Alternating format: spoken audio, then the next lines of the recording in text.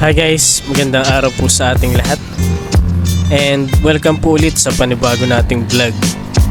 So ngayong araw pupuntahan po namin ni Eji ang Intramuros sa wikang Espanyol o sa Tagalog na ang ibig sabihin ay loob ng mga pader.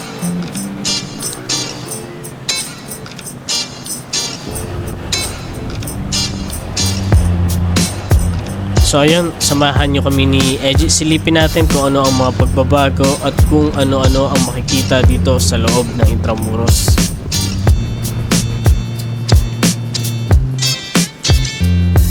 At sa mga bago lang po pala sa aming channel, huwag nyo po sana kakalimutan na mag-subscribe at pakiclick na rin po ang notification bell para ma-notify po kayo sa mga bago naming video.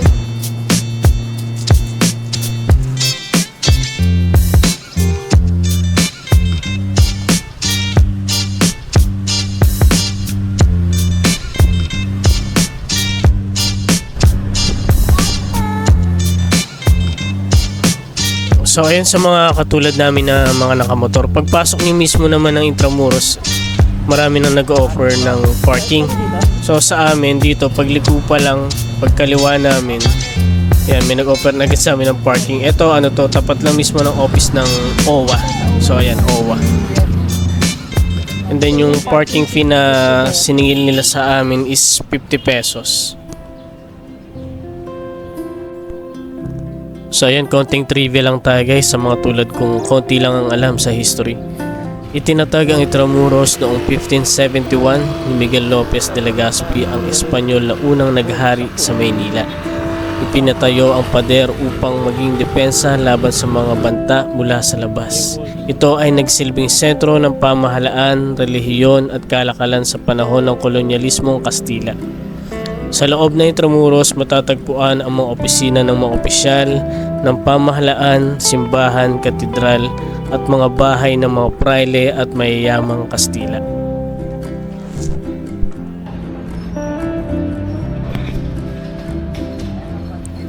So ito guys yung Casa Maritima.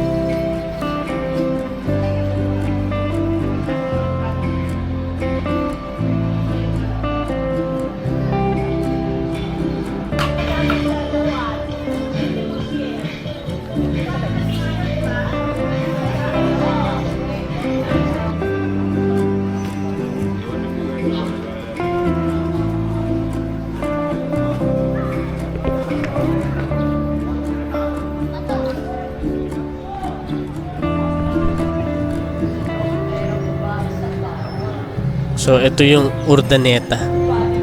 So itong gusali na ito, maaari daw itong naging gamit bilang isang tanggapan o opisina ng mga opisyal ng pamahalaan noong panahon ng kolonyalismong Espanyol.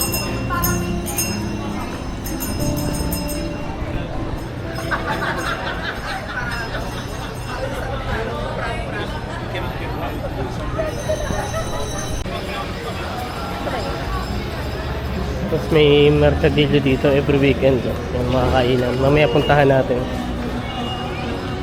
Tapos ito na yung Casa Manila.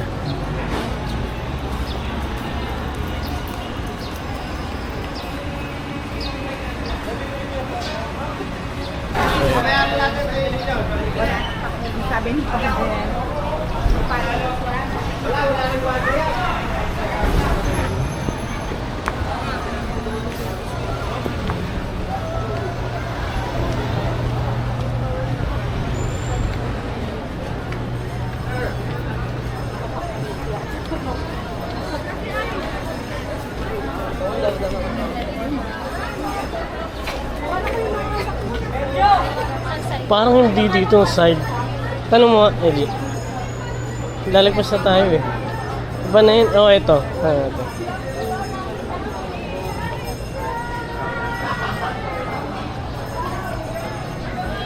Ayan, tanong.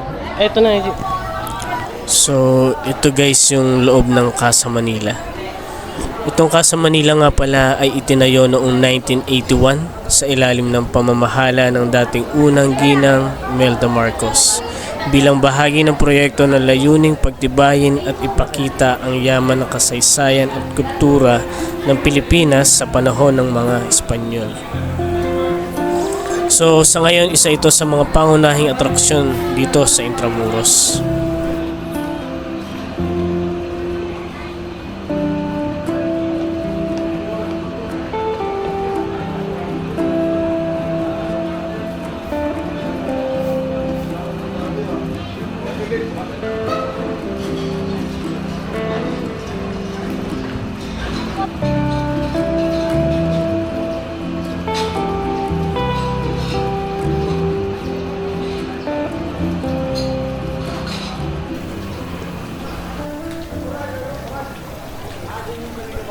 So ayun, dito sa Casa Manila meron din pala museum dito. So ayun, magbabayad muna tayo para sa entrance. So sa regular 75 and then sa discounted 50. So yun yung mga PWD, senior, tsaka yung mga estudyante.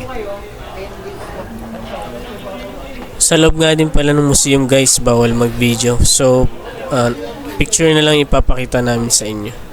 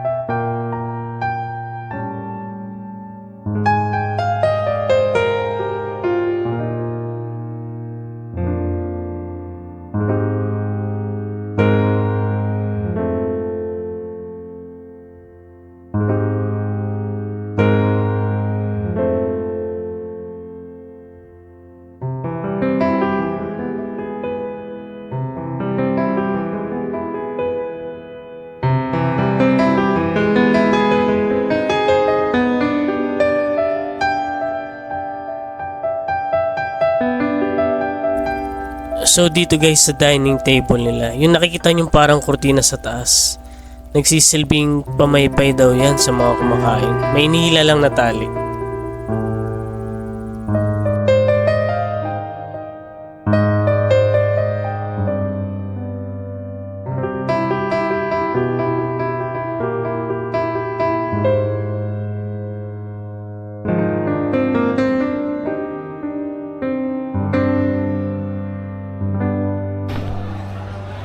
Ayan yung exit ng museum sa 3rd floor. Kasi from 1st floor paakyat kami and then ito yung exit ng museum. So ayan, sa mga mahilig mag picture dito, ayan, ang ganda ng place.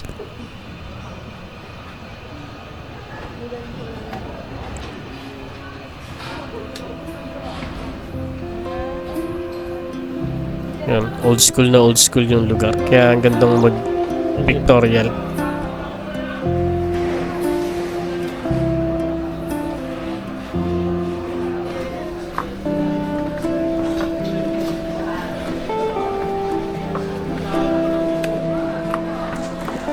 So yun guys, puntahan naman natin ngayon ang San Agustin Church.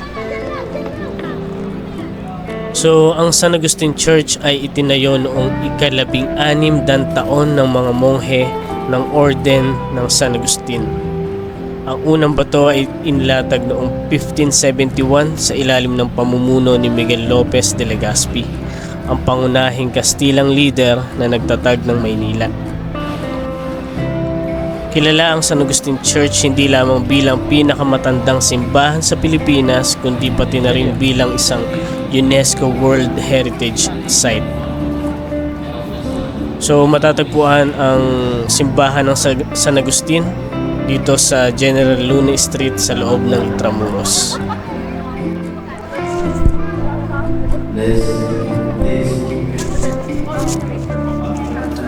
So yun, hindi na kami nakapasok sa loob kasi may ginaganap na kasal. Kaya mula dito na lang namin ipapasilip sa inyo yung simbahan.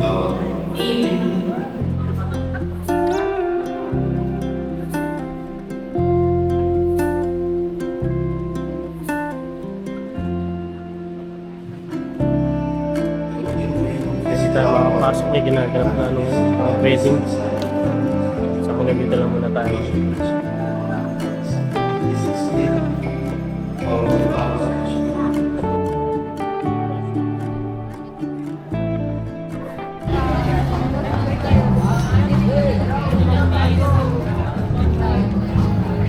So ayan, silipin naman natin ngayon itong Mercadillo. So ito open nga pala sila ng weekend lang. And then ang meaning nga pala ng Mercadillo ay pamilihan.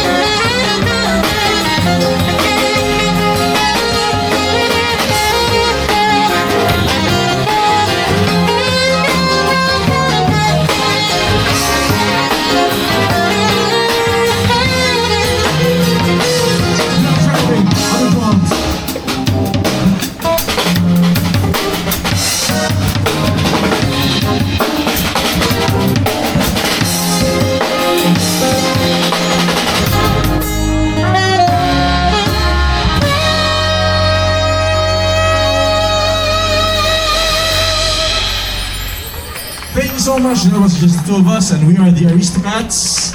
Yan, kita niyo, Aristocats. Yan. So welcome to Mercadillo sa Intramuros. Pwede mo na sa amin.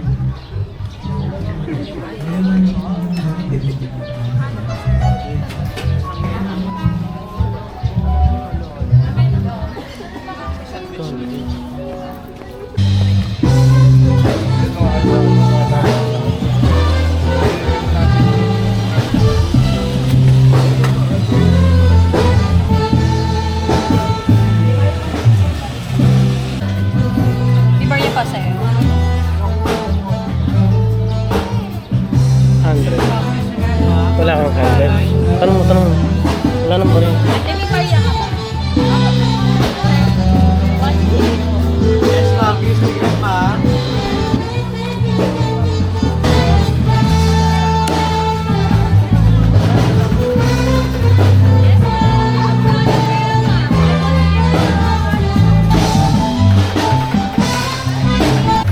Ice niya may ano na eh. Sarap. Grabe, yelo pa lang. Masarap na.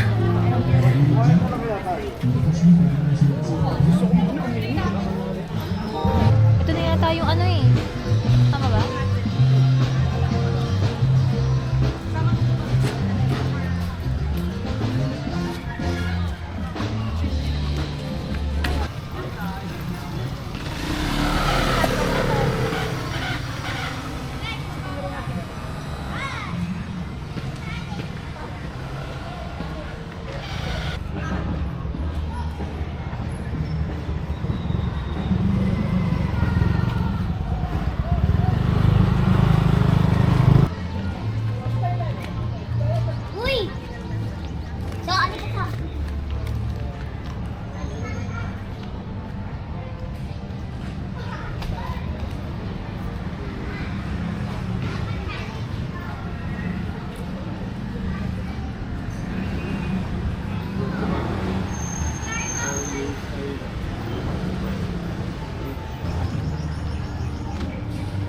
So, ayun, nandito tayo sa General Luna Street.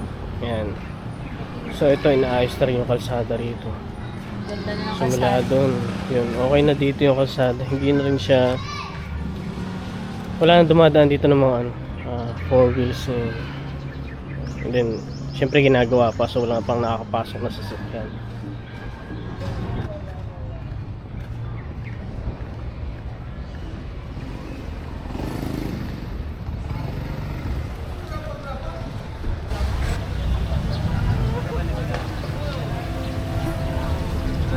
Akala ko lang yung sidecar ko ron eh. Gogo lang dun. Akala ko doon nakaparado yung sidecar ko.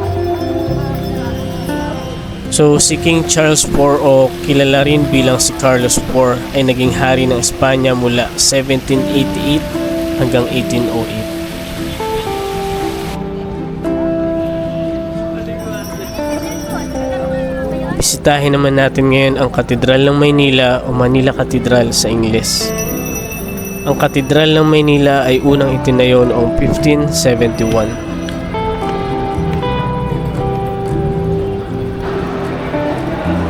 At sa panahon ng ikalawang digmaang pandaigdig, ang Manila Cathedral ay nasira dahil sa mga labanan sa loob ng Intramuros. Pero pagkatapos ng digmaan, sinagawa ang malawakang rehabilitasyon at pagsasaayos upang ibalik ang dating ganda at sigla ng katedral. Sa ngayon, ang katedral ay isang popular na destinasyon para sa mga mananampalataya, turista at mga deboto.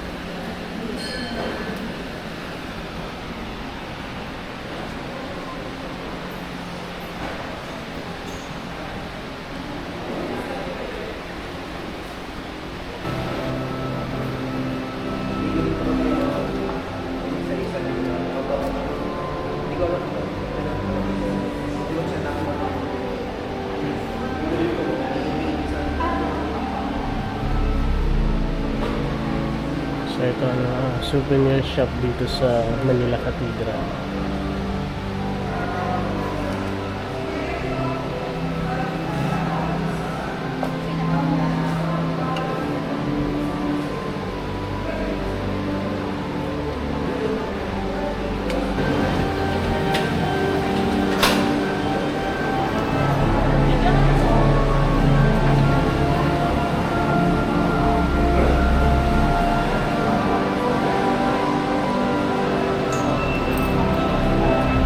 So sa ngayon hindi na kami masyadong nakalibot kasi may nagaganap ding kasalan ngayon dito sa simbahan.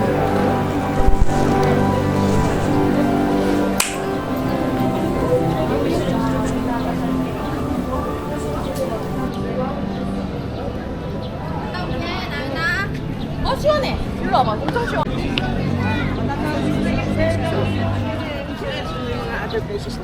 Ha? Thank you.